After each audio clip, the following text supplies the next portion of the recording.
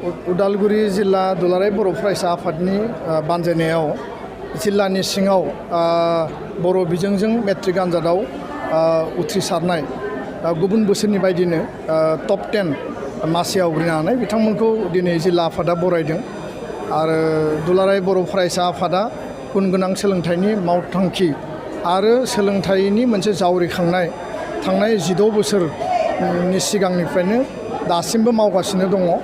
आरो दुलाराय बर' फरायसा आफादनिफ्राय फरायसा फरायसुलिफोरखौ खौरां लाहैनाय गार्जेनजों सावरायहैनाय स्कुलाव क्लास जादोंना जायाखै टिचारा क्लास खालामदोंना खालामाखै आरो टिचार्सआ जोथोन लादोंना लायाखै बे गासै हाबाफारिफोरखौ लानानै आनजादनि सिगां आरो सम सम जोङो जोथोन लानाय खामानि मालाबा स्पेशल कचिंनि खामानि मालाबा केरियार काउन्सिलिं मटिभेशननि हाबाफारि आरो माब्लाबा स्टुडेन्ट आरो गार्जेननो थोंजोङै जोङो मिरु आफादनिफ्राय लेटार हरनाय बे हाबाफारिफोरखौ जों मावदों नाथाय बास्तबाव आनजादखौ लिरो फरायसा फरायसुलिया फोरोंगिरिया क्लासरुमाव फोरोङो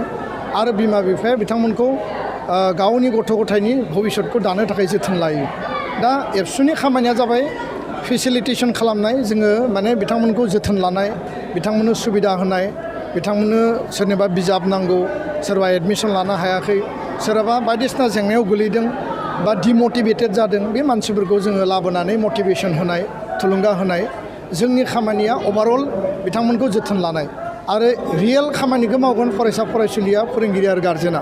दा बेखायनो जायफोरा साक्सेस जाबाय बिथांमोना जिउआव दिनै मोनसे देवनाखौ दिनै बारबाय मेट्रिकनि आनजादानो जोबथा आनजाद नङा मेट्रिकआव सोरबा 95 97 मोनोब्लानो बेयो जिउनि गासैबो खामानिखौ मेट्रिक आनजादजोंनो जाजोब्बाय होननानै सानजाया जायफोरा खम नम्बर मोन्दों बिथांमोनाबो उननि समाव मोजां रिजाल्ट खालामो आरो बेबायदि एग्जाम्पल गोबां दङ जायफोरा बांसिन नम्बर मोन्दों हायार सेकेन्डारियाव डिग्रियाव खम नम्बर मोननायबो दङ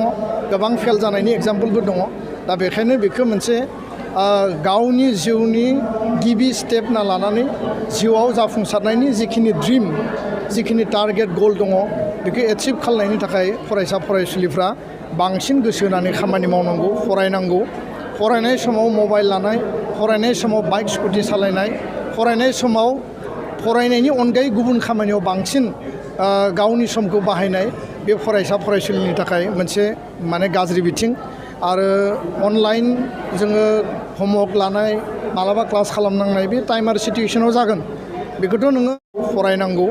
फरायनाय समाव मबाइल लानाय फरायनाय समाव बाइक स्कुटि सालायनाय फरायनाय समाव फरायनायनि अनगायै गुबुन खामानियाव बांसिन गावनि समखौ बाहायनाय बे फरायसा फरायसुलिनि थाखाय मोनसे माने गाज्रि बिथिं आरो अनलाइन जोङो हमवर्क लानाय मालाबा क्लास खालामनांनाय बे टाइम आरो सिटुवेसनाव जागोन बेखौथ' नोङो फालिनांगोन नेम बायदि खिन्थु गुबुन समाव नों बेफोरखौ आनज्रायनानै बा एरायनानै सोलिनांगोन आं दिनै जायफोरा टप 10 मोनबाय बिथांमोनखौ गोसो गोरबोजों बरायदों बर' बिजोंनि सोलोंथाइनि मानदान्दाया सिगांनिख्रुइ साबसिन जादों